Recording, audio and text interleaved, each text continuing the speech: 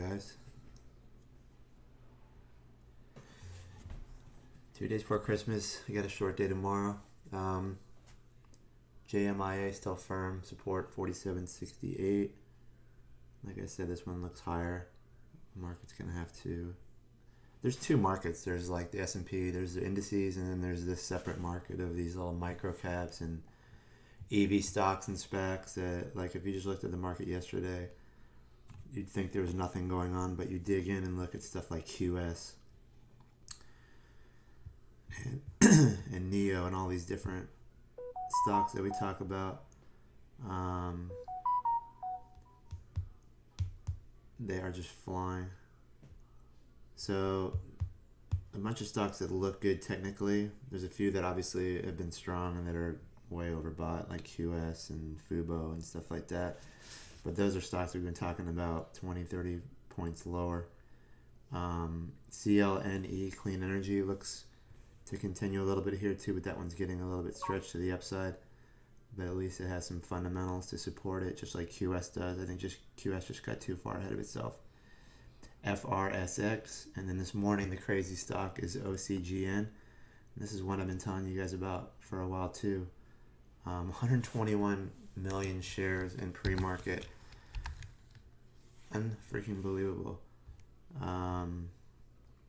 Target on that would be like 238, and I had an order in. I bought some this pre-market, and I bought some a while back, so I just added pre-market at 152, and I tried to sell it at 233 pre-market, and the order, we hit 233, which is weird. I just looked back on the price history on OCGN, and that's how I kind of came up with the crazy price of 233.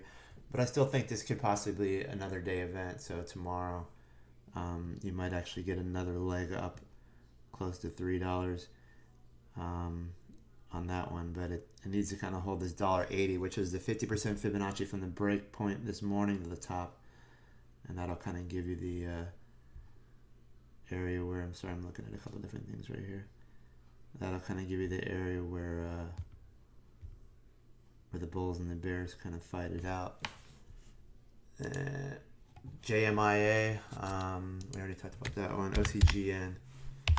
Let me look at the chart again really quick in pre-market. I mean, so many shares traded. You got this little washout. Like I said, the break point, it actually was $1.40. So a lot of times I'm using Fibonacci's to find out where the energy is going to kind of neutralize on these stocks. And you can see the bottom base here, and 50% above here, the bull's in charge, below. But look at the 38.2, just tagging before it bounces. So these areas are helping, you know. And then here's, once we got above there, it was like, okay, which way are we going to go from here? And you can kind of see how that 50% retracement held on these 1, 2, 3 tails on the 1 minute. So right now the bulls are in charge.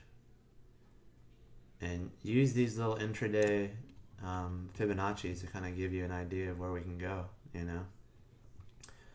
And I'm drawing channels too to look for exits, because a lot of these stocks are not moving on fundamentals. They're moving on technicals, and it's really hard to discern how high they can go, you know. So I'm creating channels intraday just from doing this for a while to kind of figure out. Then obviously you're gonna have a pivot right in here too, and you'll probably have some resistance right here. You might get a little pullback here, or if it pops through, you could get a continuation move. So you can kind of see how we're forming here. Little channels all day long.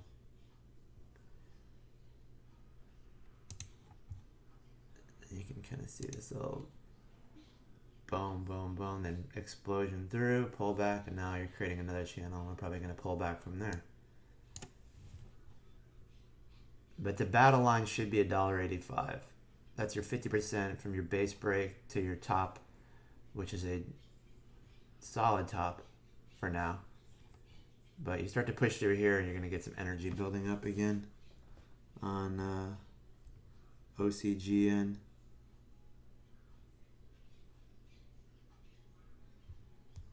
Sorry, I'm reading an email here. What else do I like here? JMIA looks like it's pushing a lot of energy up at the 205 area, 208. Not JMI, I'm sorry, MDGS. And it's starting to push through there. So I talked about target price 218 and then 230s on this. And then after this, who knows? We're all looking for the stock that can go from like $1 to like 10, and we've seen it before. But being able to hold it from $1 to to 5 when you have a 5-bagger is hard. But I talked about this one the other day, and if you look at the 1-year daily, we kind of hit this little 208 a few times, but now we're starting to break on the MACD to the upside, and the volume's been there. I know this is hard to see here, but we have volume increasing, and it's pushing through with energy. So I talked about this one last night.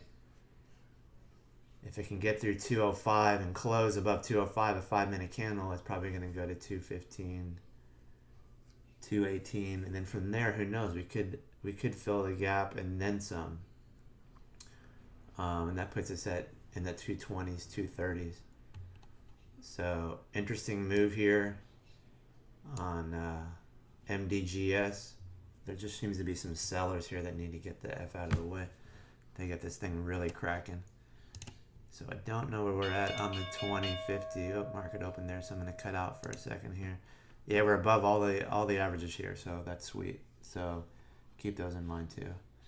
And I will be back later once I see some interesting stuff forming, probably around 11:30.